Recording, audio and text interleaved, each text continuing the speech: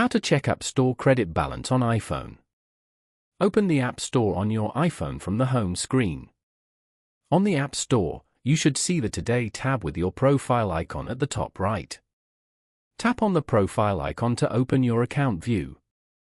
The account panel slides up, showing your name, Apple ID, and options related to purchases. Now, scroll down and tap on Add Money to Account option. The balance section on the bottom displays the exact amount of credit currently available on your account. If you have credit, the number appears clearly so you can confirm what will be used at checkout. If there is no credit, the balance displays 0, indicating purchases will use your payment method.